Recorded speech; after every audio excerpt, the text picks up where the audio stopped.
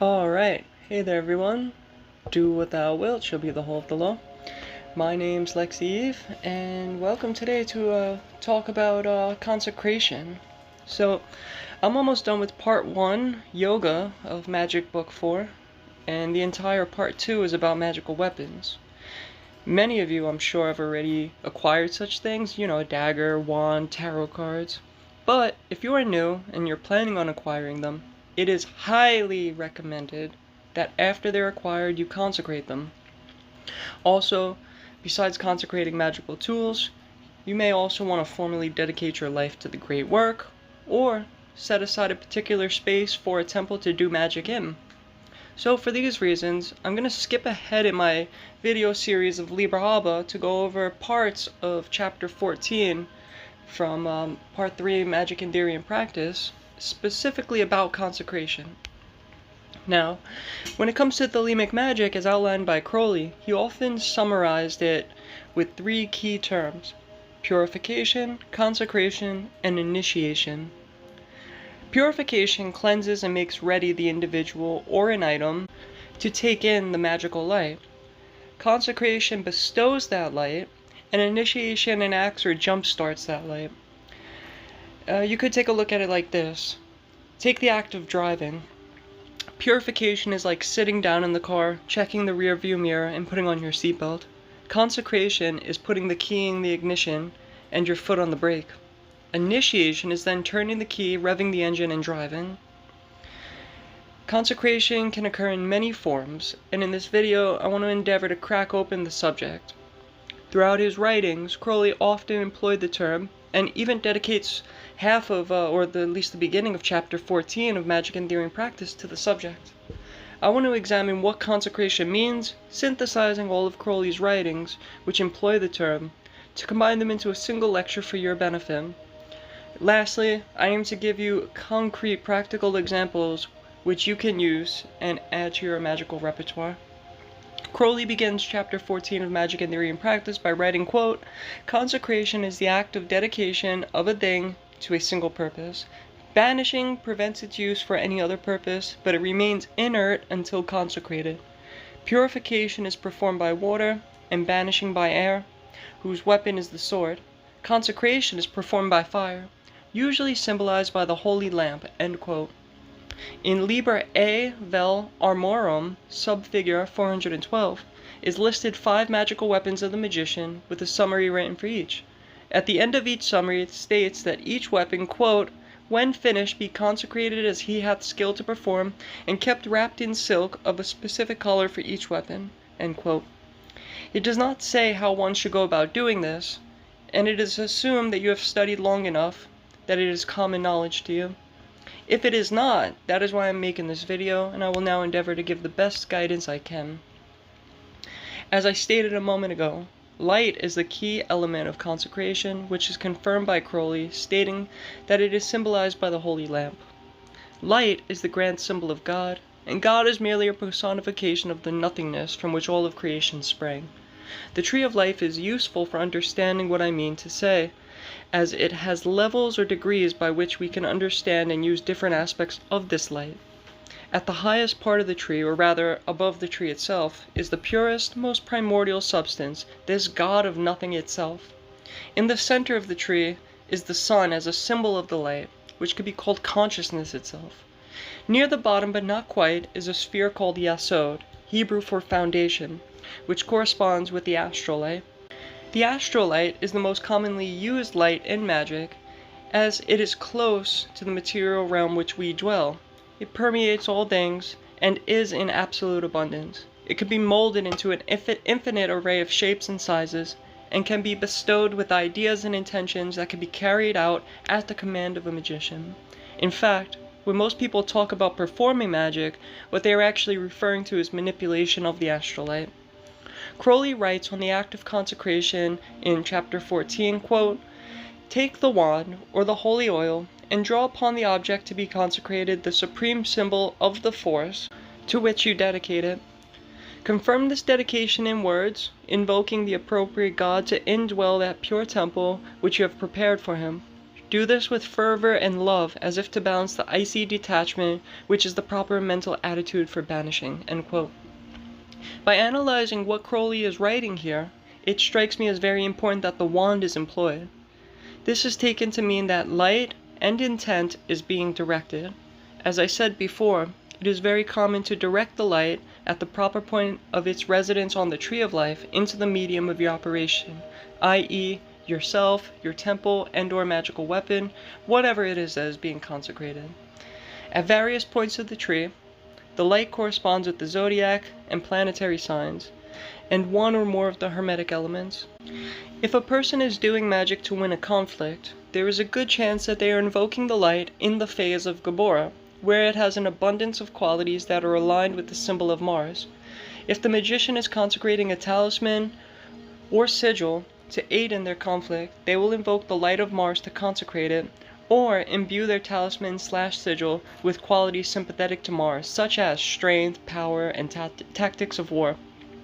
In section 2 of Liber O, Crowley gives the proper method of both constructing a ritual and choosing such things as divine names. You can create your own prayer to say as you consecrate the item at hand, or otherwise search for a passage from a holy text that is in harmony with the intended end. The Tanakh, especially Psalms and Proverbs, have many such verses that can be used as magical incantations. The Hermetic Kabbalah too has divine names listed which correspond with each path of the tree, so it is easy and beneficial to use such. Also, the holy books of Thelema, especially the two books Liber 65 and Liber 7, correspond with the elements and planets respectively, so a verse can be plucked out of one of these which is in harmony with the operation at hand. The Orphic hymns are also a popular choice in this regard. Again, in chapter 14 of Magic in Theory and Practice, Crowley gives two phrases, one for banishing/purification, the other for consecration. To purify, quote, "Asperges me therion hysopo et mundabar, lavabis me et super nivem," end quote. In English, "Sprinkle me therion with hyssop, and I shall be clean. You will wash me, and I will be as white as the snow." Now to consecrate, he gives the phrase, quote, "Ascendent in nobis therion, ignem sui amoris et flammam aeternae caritatis," end quote, and in English that means, "May therion kindle in us the fire of his love and the flame of eternal charity." It's stated as a footnote to this chapter, in parentheses, that these phrases have been updated after the reception of the Book of the Law. I have personally used these phrases myself to cleanse and consecrate a space. Of course, you should cast your banishing circles with the lesser rituals of the pentagram and hexagram. Then, using salt water, go around the room making crosses of astrolite with water on your palm, saying the following verses from Liber L, chapter 1, verse 44, at 3 points of your circle, making a water triangle thus: "For pure will, unassuaged of purpose, delivered from the lust result, is every way perfect." After completing this water triangle, take incense burning in adorable and make a fire triangle around your circle, at each point saying Liber L, chapter 2, verse 62, "I am uplifted in thine heart, and the kisses of the stars rain hard upon thy body." Alternatively, I've seen these phrases each broken down in 4 portions, saying one portion while making an astral cross at each elemental quarter. So you'd start with salt water, and in the east say, "For pure will," go to the south and say, "Unassuaged of purpose," to the west and say, "Delivered from the lust to result," finally to the north is "Every way perfect." Complete your circle back to the east, and then take up your incense. Again, start in the east and make an astral cross at each quarter, saying, "I am uplifted in thine heart." Go to the south, and the kisses of the stars. To the west, rain hard. To the north, upon thy body. Complete your circle to the east, and then from here you are free to perform either greater pentagram and hexagram rituals, or go straight into whatever else your ceremony requires. These verses from Liber L may also be said over certain magical items or weapons which you are purifying and consecrating. Now, in the act of consecration, yes, you are bringing in the light upon something, and it is being dedicated to a specific purpose of a holy nature. I would add too, though, that in the case of consecrating your magical weapons, you are connecting them directly to your physical, mental, spiritual self. They are thus becoming an extension of yourself. This is especially true in the case of sex magic consecration, which I will get into before I close this video.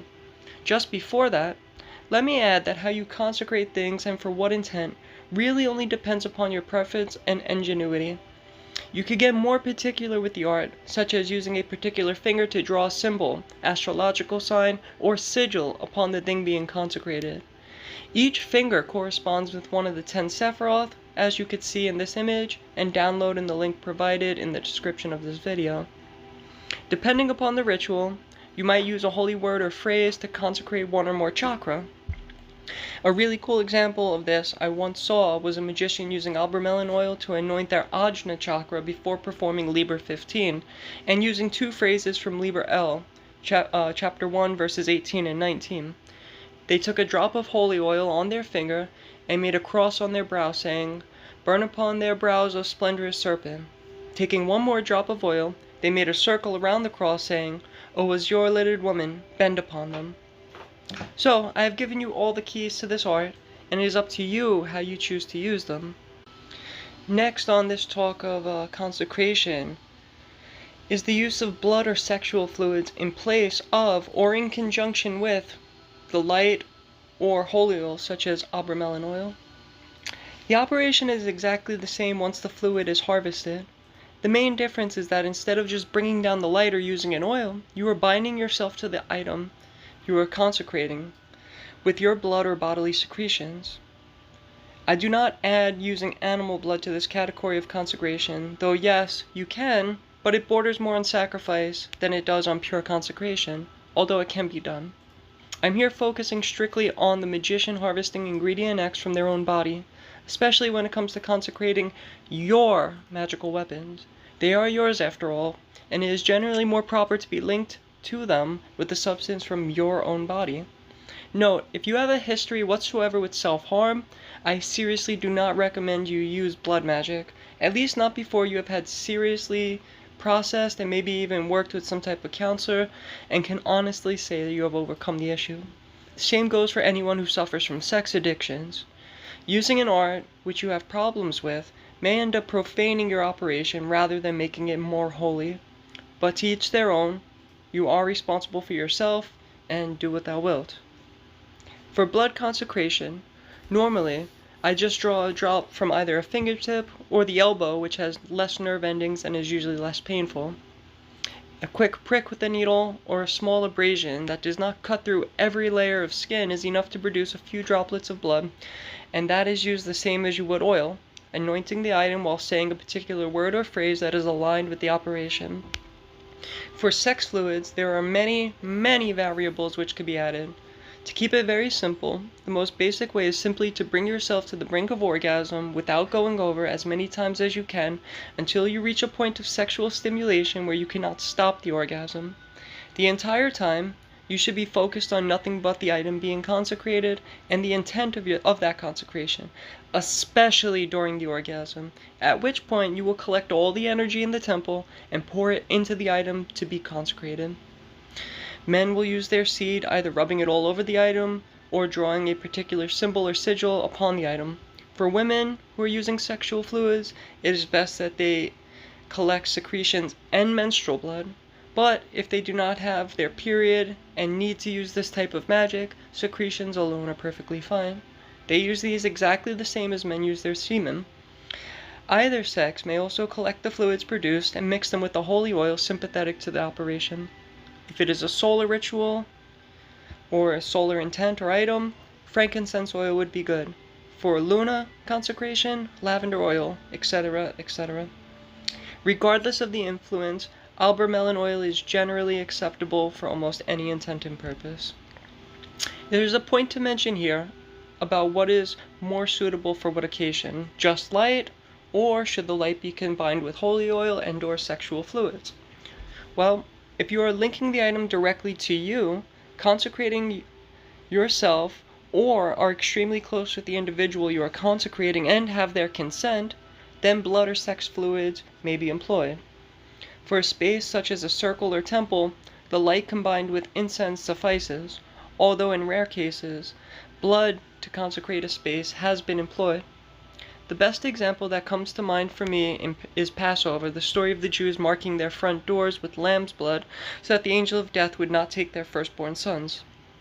Depending on what perspective you have, you can make a solid argument that lamb blood was used to consecrate the homes of the Jews in Egypt to repel the angel of death.